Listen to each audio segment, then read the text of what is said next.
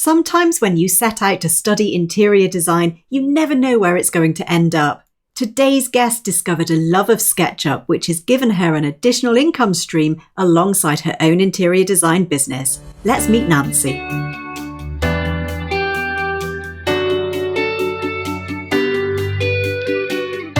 Welcome to the Hubcast, brought to you by the Interior Designers Hub, where we help and support interior designers to get trained, get into the industry, and to grow wildly successful businesses. If you want to work in the field you love, create the lifestyle you desire, and make the money you truly deserve, you're in the right place. I'm your host, Kate Hatherall. Let's get into it. I am super excited to be able to introduce to you this afternoon Nancy Cusenza. Hi Nancy, how are you? Hi Kate, I'm very well. How about yourself? Yeah, very well, thank you. Really excited to have you on the show today and to hear all about your journey into interior design. Thank you. I'm looking forward to it too. Amazing. So tell us a little bit about yourself and your business. What do you do at the moment? I am currently working part-time in an interior design studio, and the rest of my time I'm working on my business. So I set up my own interior design business. So I offer either full interior design or I tend to do a lot of SketchUp, so floor planning for clients and interior designers. So that's Amazing. what I'm working on at the moment. Brilliant. Okay, so you've got kind of different sort of pieces to what you do. So partly SketchUp designing for other people, partly working for the studio, and also running your own business as well. Amazing. Yes. So is interior design something that you've always done, or is it something that you came to sort of later in your career? I've always had a passion for fashion and interior design. I've worked in fashion for 32 years of my life, but my mum was a curtain maker and a dressmaker. So I'd always be scribbling things down for her to make my curtains. And, you know, there's a few times that we moved house and I did my own bedroom with the help of my mum, making me obviously my soft furnishings. But then part of the retail job that I really enjoyed was visual merchandising. Okay. And I also did a lot of visual merchandising when it comes to homeware and home layout. So that I did a lot of that when I worked for Marks and Spencer's. And I really enjoyed putting room sets together and, you know, so it's something that I really love to do. And due to the pandemic, it kind of led me down this road. Definitely interior design is what I want to do now. Amazing. And is that something, you know, have you always had that passion for interior design, or is it kind of through life's experiences that you've become more interested in it? I think I've always had a passion deep down. But it's definitely through life's experiences that, you know, I'm following that path completely now. Whereas before it was definitely fashion. I wanted to be a fashion designer, but then ended up going into fashion retail management and visual merchandising. So yeah, I could always put colours and clothing and styles and things together. I was always quite good at personal shopping for customers, and it's very similar to interior design, basically. As long as you know colours and styles, then you can put things together. I was going to say, I imagine there's a lot of transferable skills, both on the design side, but also in the kind of people management, business management side of things as well. Absolutely. Yeah, absolutely. And so obviously, you know, the pandemic changed things for a lot of people, and it sounds as though that was a period of time that sort of helped you to make a shift as well. Was there a moment that you realised that, you know, oh, this is the direction that I want to go in? Was there kind of a light bulb moment, or was it a more sort of gradual thing for you? Well, my last actual job, just before the pandemic, I was working for M&S, and I had been the visual manager of one of their large stores. And I moved on to head office as the homeware, lingerie and beauty floor planner. So I used to plan the floor layouts for all of the stores. So the equipment layouts. So that was something that I did. And so therefore I was already using CAD, and they had a program called JDA, which I already knew sort of inside out. Okay. During the pandemic, I was furloughed, and I also moved home the week of the pandemic. Right, gosh, what timing. And I live alone, so I had to do everything myself. So throughout those months of being furloughed, I was decorating my home. And I decided to open up an Instagram account and start putting pictures of my house on it. Yep. And within a few months, I got to 4,000 followers. Wow. And, that's amazing. A bit crazy as well. It was a crazy time. And a lot of people asking me whether I was an interior designer. So I did have that light bulb moment and kind of thought, I could do this. Yeah. There's people asking if I already do it. So surely this is something I could do. And then obviously I came across the 5-day challenge and here I am. Amazing. And the rest is history, as they say. It is. Yeah, absolutely is. So tell me how you kind of developed that passion for SketchUp as well, because for those people that don't know, SketchUp is a technical drawing package that you can use for 2D and 3D visuals. And obviously you've mentioned that you used a package when you worked for M&S. How did that sort of develop into creating visuals for other people? In M&S, we had different departments, and there was a department that I worked with that did all the new store designing. And they were learning SketchUp. Right. And I was a little bit jealous because I could see how bad the software was, and what they were doing was, but I was using JDA, so I wasn't using such an advanced system at the time. And then the hub offered SketchUp, and I just thought, oh my gosh, this gives me the opportunity to learn it, and it's another string to my bow. And I really enjoyed doing the floor plans anyway. So I just thought this is something I'd love to do. And having seen some of the room renders and things you can actually achieve with SketchUp, this is just something I thought, oh my God, I'd love to do this. So as soon as I saw advertised that I could learn it, I jumped up on the bandwagon. And although I found it quite difficult to start off with, again, something just clicked and I love doing it. It's very addictive. It most certainly is. To the point where it takes up a lot of your time. But the first person that I actually drew some designs for was actually an interior designer that's best friends with my current boss in the interior design studio. Okay, going around to clients' houses, just drawing things really roughly on paper. And we were just having a discussion one day, and I explained that I was learning how to do SketchUp. So he was like, "Great, you can do all of my 3D SketchUp drawings for me." Wow! So yeah, that's how it kind of all started. I was posting things on Instagram and Facebook, and through that I've had other people sort of approach me to draw for them as well. Amazing. And, it gives you, having that extra skill as well, gives you that greater diversity and I guess, different income streams as well. Absolutely. Absolutely. And actually I find SketchUp doesn't take as long maybe as the whole interior design process, especially when you have someone like an interior designer that's already chosen the furnishings and the colour palette and everything for that room. And then you're just helping them actually visualise that and bring it to life so they can see whether their design is going to work. Amazing. And it's really lovely. I enjoy doing it.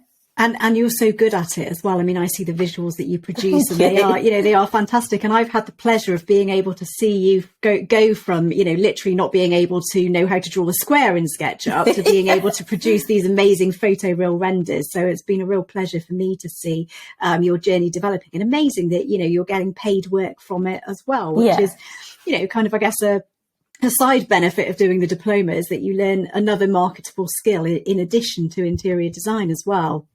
Yeah, absolutely. I didn't think I'd be here sort of this time last year. As you say, I couldn't even draw a box. So yeah. Amazing. What a journey. Thinking about kind of the other side of your business then, so the interiors business, how did you find it, like beginning to get clients and stuff? Did you work for friends and family first off, or did you just put yourself out there and, start taking on clients? I did a bit of both. I put myself out there and I did do some things for friends and family as well. And it was through friends and family that they got me some referrals as well.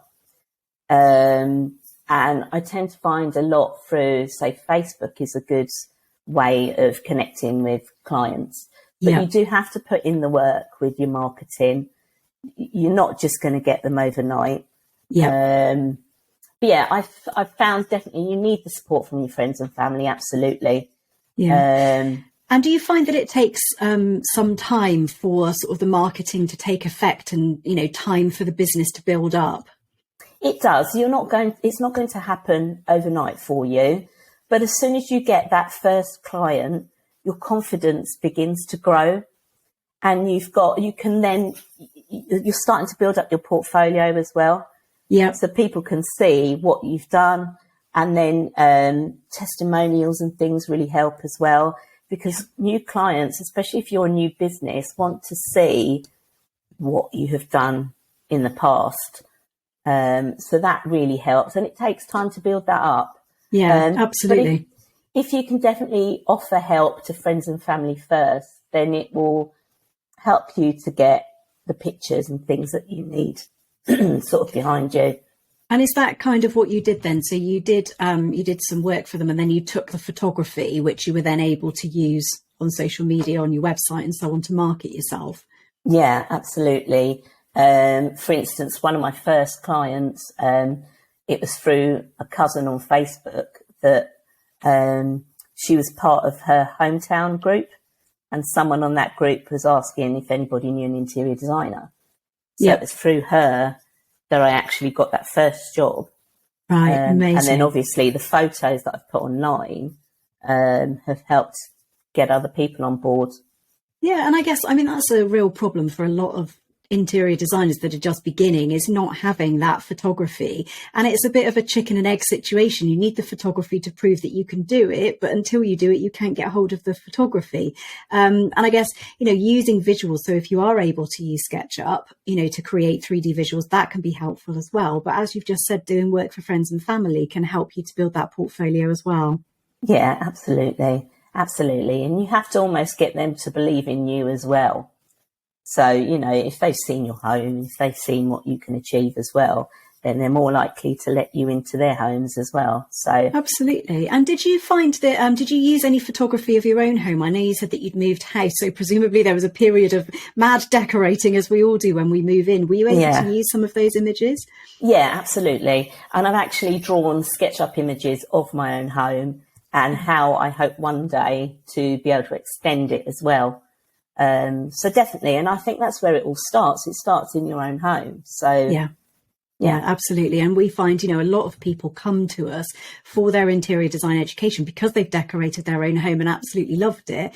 And, you have to have a passion for it. It's not the sort of career you go into because your parents forced you to. It's the sort of career you go into because you are mad passionate about interiors and how they look. And as you say, home is where it starts, really. Absolutely. Absolutely.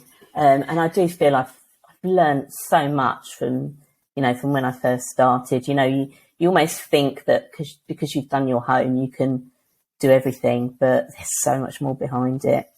Absolutely. And how did you feel kind of taking on your first few clients when you'd only ever sort of decorated your own home before? Was there that sort of real nervous feeling of, I know I can do it for myself, but doing it for other people is like a bit more scary? Yeah, it's really scary, because they're putting, their home in your hands and you don't want to mess it up. Yeah. And you also want to come across as professional. Yeah. You don't want them to think, oh my gosh, this person's a novice and I'm leaving them, to play with my home, basically. But, as an interior designer, you're working with them. You're not going out there. I know you've got all these programs on telly, which they almost impose the design on you. And I think, it almost gives us a bad name because I think that's half of what the client thinks you're going to go into their home and do. But you're not. You're working together with them.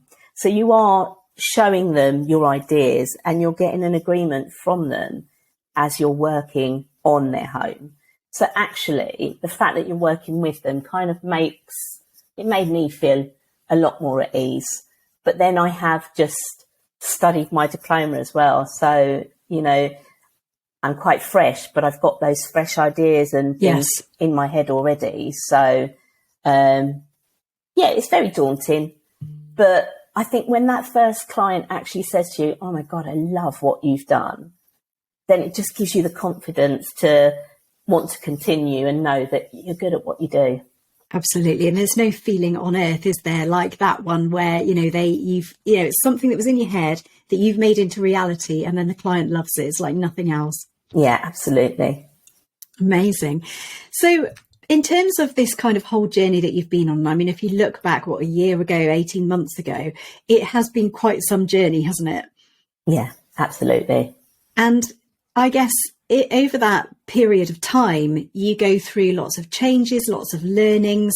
And are there sort of things that you've learned along the way, or are there fears that you've had to overcome to kind of get where you are now? A bit of both. I mean, I've learned an awful lot. Obviously, I've learned loads from the hub. The fact that everybody's really supportive as well, so that if I have a question, I can just go into the hub and ask, and I'll be bombarded with people wanting to help. Yeah. So I think if I have got fears, I can overcome them that way. I think my main fear was if I worked on my business full time, what happens if I'm not getting those clients? I live alone and I've got a mortgage I have to pay. I've got bills I have to pay. And I think that was my main fear. So that's why I decided to get myself a part-time job as well to work alongside my business. And the fact that it is in an interior design studio has just increased my knowledge, basically. Yeah. And I'm working with clients every day. So I'm not just working with one client, I'm working with 2 or 3 clients as well. So it's helping me, in my business for the future as well. Absolutely. It sounds as though you get kind of the best of both worlds in some ways. Yeah. You get all of that experience of working with somebody who is perhaps more experienced than you are. As you say, managing a variety of projects, several projects on the go at once. You must learn a huge amount, but at the same time, you're also building your own business and being able to apply what you learn there into your own business as well. Absolutely. And I'm getting a regular income from the part-time job as well. So it takes away that fear of not being able to pay bills and things. But then I can still work on my business because I only do 3 to 4 days a week at the studio. So the rest of the time is on my business. It's on your business. Yeah. Amazing. Yeah. Amazing. And if you could go back in time and have a session with your younger self, what sorts of things might you say to her about this journey? I don't think I would have gone into retail. Retail is a 24 hours, 7 days a week job. I loved it. I loved, what I did. But I think in hindsight, going back now, I think I would have just done interior design from the start. But I am really proud of what I've done anyway. You can't have regrets, can you? I'm so proud of the fact that I've done this diploma. And despite my age, I'm not going to tell you my age, but I'm reaching quite a big milestone soon. Despite my age, I've gone back and I've studied and, I've gone down a completely different career path and it's never too late. So I think you've just got to say to yourself, follow your heart. You know that it's never too late and believe in yourself and you can achieve whatever you want to. I love that. What amazing words. And it's so right. It is never too late. There's no reason that people shouldn't go out and pursue this. And as we're seeing through recording the Hubcast as well, people have different ways of doing it, taking on part-time jobs, taking sabbaticals from work. There are all sorts of different ways that you can get into the industry. But at the end of the day, doing something that you love and something that fulfills you is so important. Yeah, absolutely. It absolutely is. And don't let anybody hold you back. You will get friends and maybe family even that will say, oh, why are you wasting your time doing that? You've just got to forget about that. If they're not supporting you, then, they're not the right people, are they? But you do realise there is so much support behind you. Just do what you want to do. Follow your heart, believe in yourself and don't worry about what everybody else says. Yeah, You'll I get think there. that is one of the things that holds people back, and we see this quite a lot, is that it's that feeling of having to step out and say to people, I know that you think that I do this, but I actually want to move in this direction now. And for some people that can be quite an upheaval to think of somebody making that change. It unsettles everybody that's around us. Yeah, absolutely it does. But then once you do get there, you complete your diploma, you started your business, you're getting clients, then you start seeing that, you know, they're back, aren't they? They kind of can't quite believe what you've done. Yeah. But they are there to support you because they've seen actually they've achieved it, and hopefully it might even spur them on to doing something that they really want to do. And I've seen that with some of my friends. That's amazing. So you're inspiring other people by making a change yourself as well, which is, you know, that's phenomenal. Amazing. Yeah. Okay, Nancy, it's really interesting to hear your journey. Obviously, I've known you since you signed up to our diploma, and so as I said, I've had the pleasure of seeing you develop during that short time frame. But you know, your whole journey from, you know, the work that you used to do into an entirely new career. You know, I'm certainly very proud of what you've achieved, and I know that you are as well. And it's just, you know, delightful to be a part of it. So very well done to you. Thank you. So before we end the session, are you willing to play a game of designer this or that? Yes, absolutely. We're getting so much great feedback about designer this or that. Well, I wouldn't have said this, I would have said that. We love a bit of a game.